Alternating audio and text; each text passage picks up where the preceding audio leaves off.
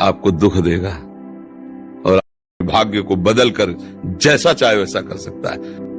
वो तो आएगा अपने ही कर्मों से, पर उसमें दुख और सुख का अनुभव तुम्हारे कर्म उसमें सम्मिलित होंगे। अगर आपने पूर्व में जो जीव पुत्र रूप में आ रहा है उसके साथ अभद्र कर्म किए हैं, तो आकर के जीवन भर आपको जलाएगा, आपको दुख देगा। और आपने भद्र माने मंगलमय कर्म किए हैं तो जीव पुत्र बन के आएगा, तुम्हें सुख प्रदान करेगा। अब यदि समय भजन कर लो भगवान का, तो तुम उसके भी भाग्य को बदल सकते हो और अपने भी भाग्य को बदल सकते हो। ये भजन ही एक ऐसा कर्म है जो सब सुधार देता है। मार्कंडेय ऋषि के पिता महाराज मृकंड ने देखा, बहुत ज्योतिषाचार्य थे, कि 5 वर्ष में मेरे पुत्र की आयु खत्म है, मर जाएगा। बड़ी चिंता हुई कि जीवन भर भजन करते रहे, तपस्या की। पहले प्राय हम सब ऋषियों की ही संतान हैं, रहते गृहस्थ में थे पर पूर्ण ऋषि तपस्वी मुनियों की तरह हम सब ऋषियों की संतान हैं। जब गोत्र पूछा जाए तो देखो नहीं बोलते भरद्वाज गोत्र, याज्ञवल्क्य, हम सब ऋषियों की संतानें हैं। हाँ, तो उनको लगा कि कैसे क्या कर सकते हैं कि 5 वर्ष के बाद ये बालक जीवित बना रहे। अब पिता का कर्म शुरू हो रहा है। पूर्व संयोग इतने ही वर्ष का था, अब उनका नया कर्म काम कर रहा है। उन्होंने विचार किया, भगवान के भक्तों और संतों में विशेष सामर्थ्य है। यदि संतों को साष्टांग दंडवत करे और संतों का आशीर्वाद मिले तो मैं इसे मृत्यु से भी बचा सकता हूं। उनको पता था, उनकी श्रद्धा थी, उनकी भावना थी। तो प्रायः पवित्र नदियों के किनारे ही ऋषियों के आश्रम होते थे, तो गंगा जी के समीप ही तो घाट में खड़ा कर देते। जो भी संत दिखाई देते, वैष्णव तिलक या शैव तिलक, वो सबको आदेश कर, छोटा सा बालक 2 वर्ष 3, साष्टांग प्रणाम करो, साष्टांग प्रणाम करो। उनकी सेवा यही थी, प्रसाद पाओ और जाके घाट में खड़े हो, जो भी संत दिखाई दे साष्टांग प्रणाम करो। एक दिन प्रच्छन्न वेश से गुप्त रूप से सनक सनंदन सनातन सनत कुमार भी, अब आपको क्या पता कौन महात्मा किस कोटि का किस वेश में तुम्हारे पास बैठा है, या तुम्हारे संग वार्तालाप कर रहा है, या तुम्हें कभी मिल सकता है, हमारी दृष्टि नहीं है ना। और वो दिव्य महापुरुष थे और वो देखा करते थे। जब साष्टांग प्रणाम किया तो चारों संत वेश में थे, उनका चिरंजीवी भाव, बस वो आ गए। कहा, महाराज मेरी दृष्टि अचूक है, आप सनक सनंदन सनातन सनत कुमार चारों ब्रह्म कुमार है ना, प्रच्छन्न वेश से आप घूम रहे हैं, ये तो अभागी है, 5 वर्ष में इसकी मृत्यु हो जाएगी।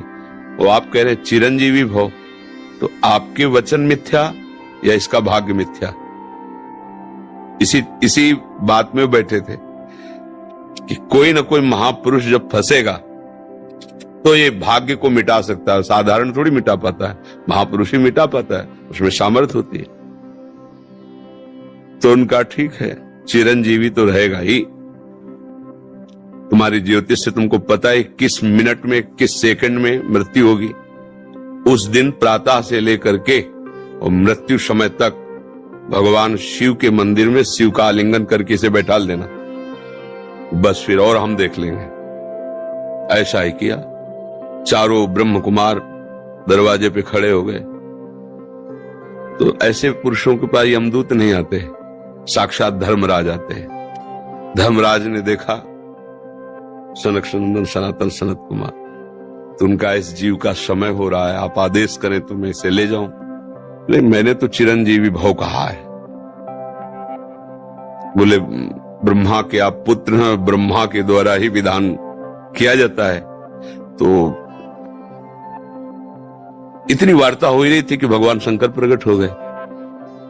उनका कि कुछ बदलना नहीं है, 5 वर्ष की आयु ना, हाँ 5 वर्ष रहे, मेरी आयु के 5 वर्ष रहे। भगवान ब्रह्मा जी एक सुई लेकर के ऐसे कमल में छेदे थे, आका 1 वर्ष हो जाता है।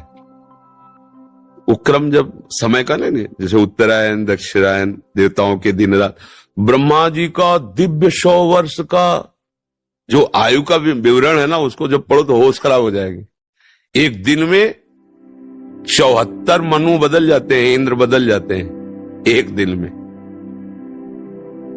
और भगवान का समय, वो जो ब्रह्मा जी का समय, निमेष, पलक झपकना, इतने ब्रह्मा की पूरी आयु हो गई। 5 वर्ष उनके, आज तक मार्कंडेय जी जीवित है, उनको चिरंजीवी ऋषि कहा गया है मार्कंडेय जी का। अगर पिता भगवान का भजन करे तो अपने भाग्य और पुत्र के भी भाग्य को बदल कर जैसा चाहे वैसा कर सकता है। भावी मेट सके त्रिपुरारी। अगर भजन बल है तो फिर आनंद ही आनंद है, नहीं तो दोनों के कर्म संयोग से ही संयोग बनता है। तो मान लो पुत्र रूप में आ रहा है, अभी हमारा आपका पूर्व जन्म का कोई संयोग तो आपको देखते ही चिढ़ पैदा हो जाएगी। आप ऐसे वचन बोलेंगे कि मेरा हृदय जलने लगे, ये आदमी क्यों आया हमारे सामने? वो हमारा कर्म है जो आपको भी जला रहा है, मेरे को भी जला रहा है, दोनों में द्वेष पैदा कर रहा है। और अगर अच्छा देखते ही ऐसा लगा कि मानो हमने बहुत समय से अपने प्रियजन को बाद में देख, ऐसा लगता है ये तो हमारे बहुत प्रिय, और देखकर आनंद है, आप जाओगे खुशी हुई, हमारा खुशी हुई, क्या हुआ? कर्म ही सबको दुख सुख देता है और कुछ नहीं। अगर कर्म को कोई मिटा सकता है तो भगवान का भजन मिटा सकता है, दूसरा नहीं। खूब प्रभु का आश्रय लेकर के उनकी लीला गायन करो, नाम जप करो, सब ठीक हो जाएगा।